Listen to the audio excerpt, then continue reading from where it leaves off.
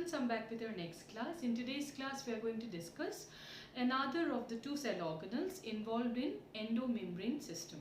Alright, so they are lysosomes and vacuoles. Alright, so you know already about ER and Golgi apparatus, and you know that from the Golgi apparatus, during packaging, okay, from the Golgi apparatus, certain Golgian vacuoles will arise out. They would later on help in the formation of lysosomes. Okay, so let us start with lysosomes first. So first thing about lysosome is that these are simple, tiny, spherical, sac-like structures evenly distributed in the cytoplasm. Throughout, they will be found in the cytoplasm and are formed by the process of packaging in the Golgi apparatus. Alright. Now, mainly lysosomes are these membrane-bound vesicles that contains acid hydrolases. That means certain enzymes which will help in digestion, and they would be only functional in the acidic pH. Hence, we call them acid hydrolases. Alright. Now, see, they are bound by a single membrane and are rich in hydrolytic enzymes like lipases, proteases, carbohydrases, etc. These enzymes are called acid hydrolases as they function only in acidic pH. Okay, other than acidic pH, they would become inactive, they won't be able to function. Alright. Now, lysosomes are highly polymorphic in nature and can exist in four forms. Poly means multiple, morph means form. So, lysosomes, they can exist in various forms in the cell. Okay, in the same cell. Four different types of lysosomes can exist simultaneously. Alright, so let's see what are the four different forms of lysosomes found in a cell. Fine. First would be primary lysosome. Look at this diagram properly, all of you. Okay. Suppose this is a cell. Okay. This is a cell, this being the nucleus. Now, this, suppose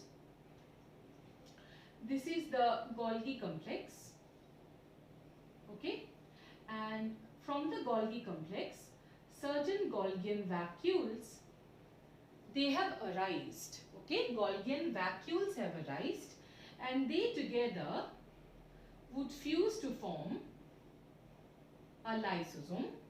And this newly formed lysosome would be referred as primary lysosome.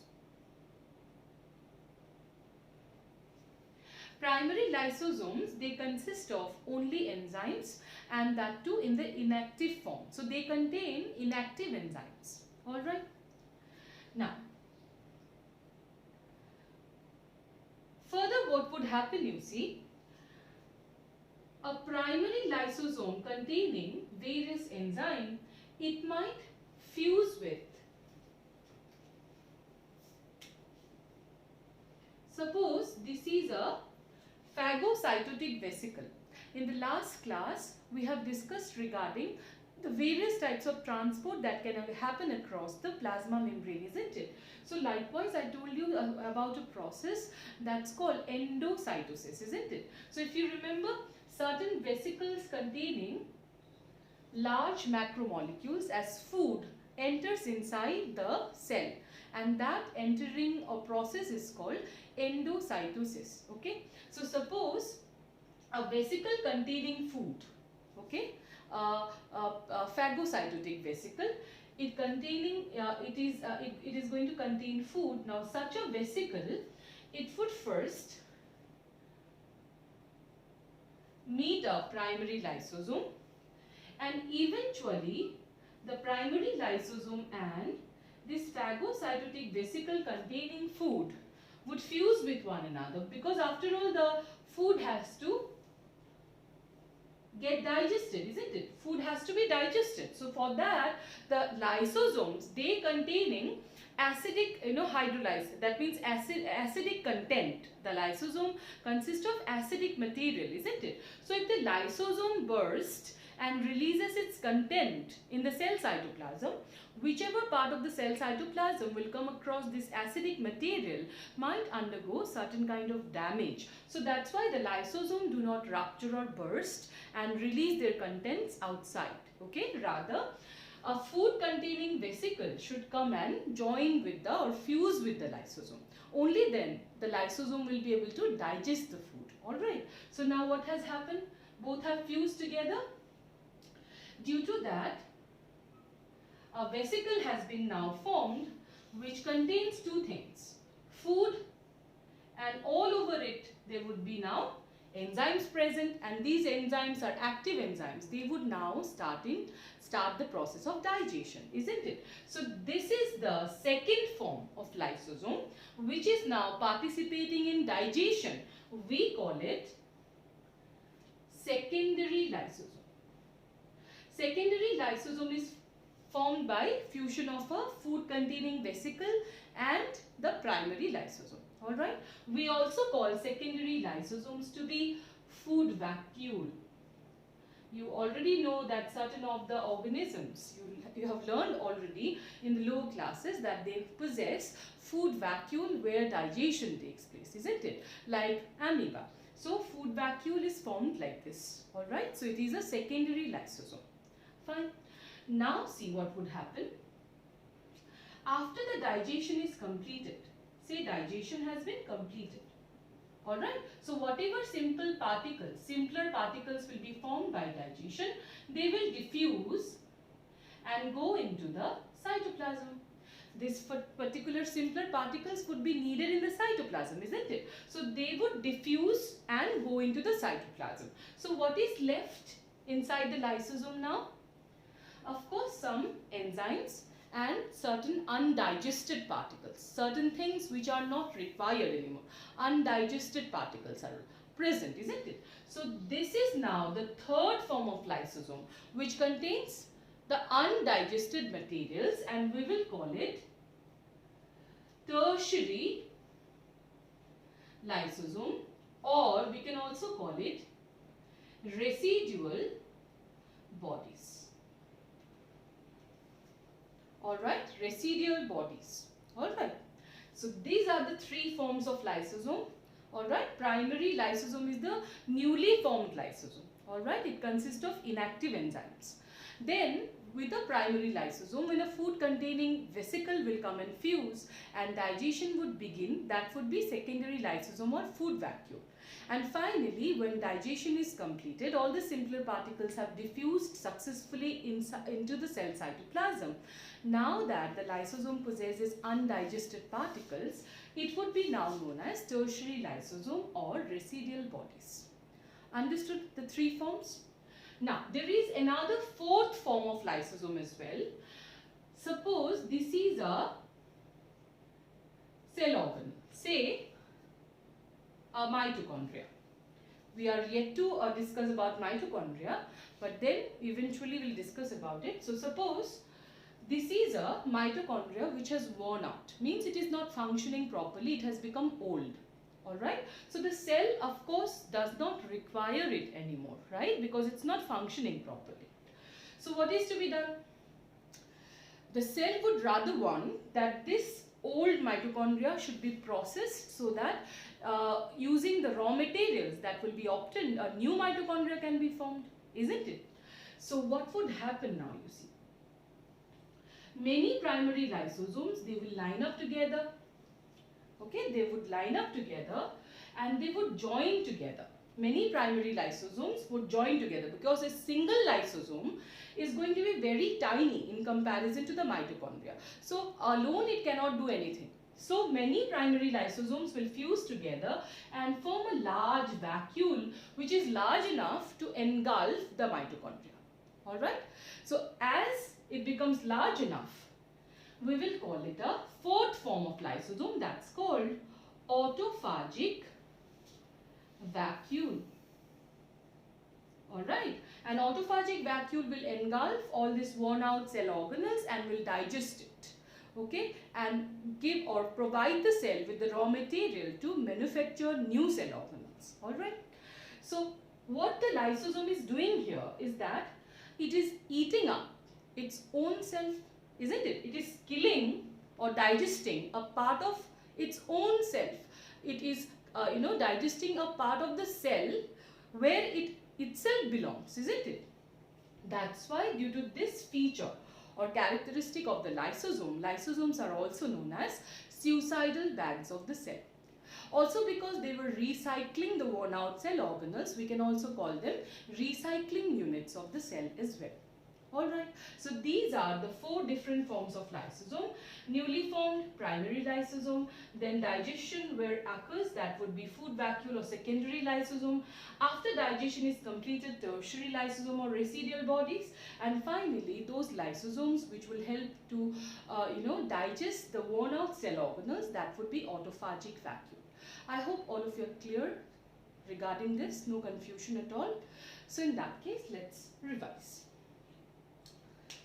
See here, first is primary lysosome. These are newly formed lysosomes arising from transphase of the Golgi apparatus. They contain inactive enzymes. Alright. Now, secondary lysosomes, they are also called food vacuole and participates in digestion. And how are they formed? By fusion of phagosome, that means a food containing vesicle, and primary lysosome. It contains enzyme and materials to be digested. Now, residual bodies of tertiary lysosome. These lysosomes possess undigested particles and they pass outwardly. Okay, now one very important thing is that, see, here, what would happen to these residual bodies? Would they remain inside the cell itself with all those undigested particles? Of course not, isn't it?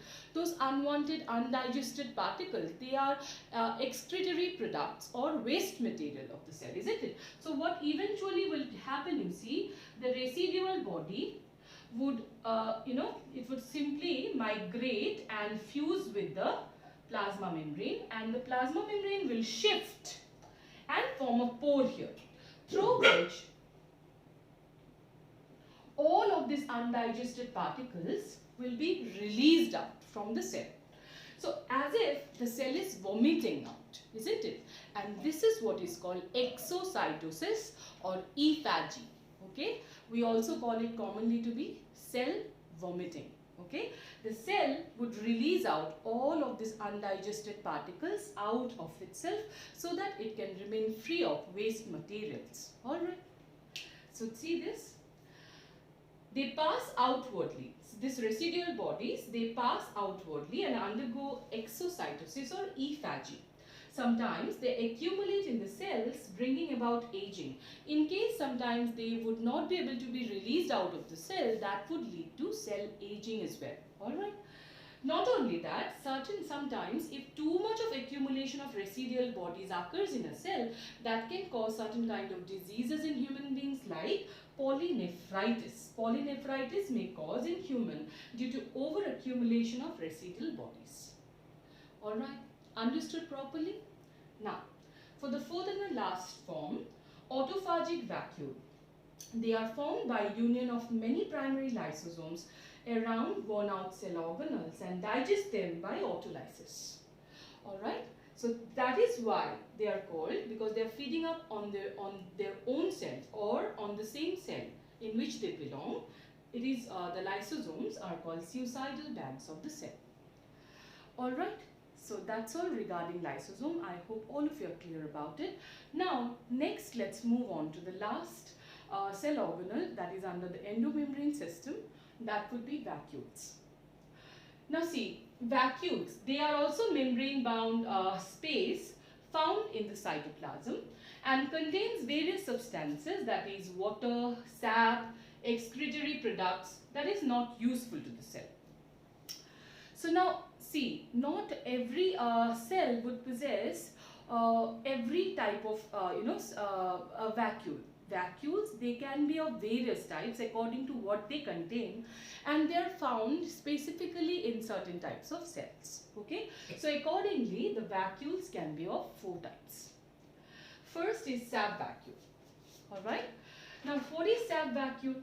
Now sap vacuole, sap itself means water plus minerals, and it would be mostly occupying the mature plant cells. Okay, mature plant cells possess sap vacuole in which 90% of the entire cell volume will be under the sap vacuole.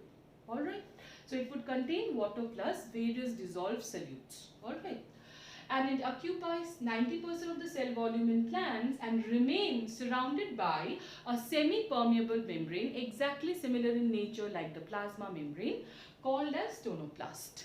Do remember, the membrane that surrounds the the sap vacuole in plants is going to be known as tonoplast. It is exactly similar in nature like the plasma membrane. It is also a semi-permeable membrane. Alright. Now, it helps to maintain turgidity of the plant cells. Now see, in this particular tonoplast, there are various types of proteins present or carrier proteins present that would allow certain kind of ions to move inside or move outside. Likewise, a selective permeability would persist in the tonoplast, allowing the sap vacuole to maintain a turgid environment inside the plant cells. Okay, turgidity in the plant cells would be maintained completely by the sap vacuole. Alright, we'll be discussing about turgidity and all much more in details under plant physiology, that is transport in plants chapter. Now, next type of vacuole is food vacuole, and of course you know what is food vacuole now, that is the secondary lysosome, and it helps in digestion, right? Next, contractile vacuole. Certain of the eukaryotic cells which are found in fresh water, basically certain of the aquatic organisms which are found in freshwater habitat like rivers, lakes, etc. In such environment or in such surroundings, the water has a tendency to enter inside the cell. So that excess amount of water entering inside the cell has to be immediately thrown out or released out of the cell. So that is what is done by contractile vacuoles. Okay, so contractile vacuoles, that's why we say maintain the salt water balance inside the cell, or they would maintain osmoregulation. Alright, as you very well know, it would be found in amoeba, right? Next, gas vacuole. Now gas vacuole would be mostly found in the prokaryotes like cyanobacteria, and it would help to maintain buoyancy of the cell. That means would allow the cell to remain afloat in the water. Alright, so that's all regarding vacuoles as well. I think all of you are clear about the topics that are discussed today. So with that, endomembrane system is completed. In the next class, we'll start with another very important cell organelle, that is mitochondria.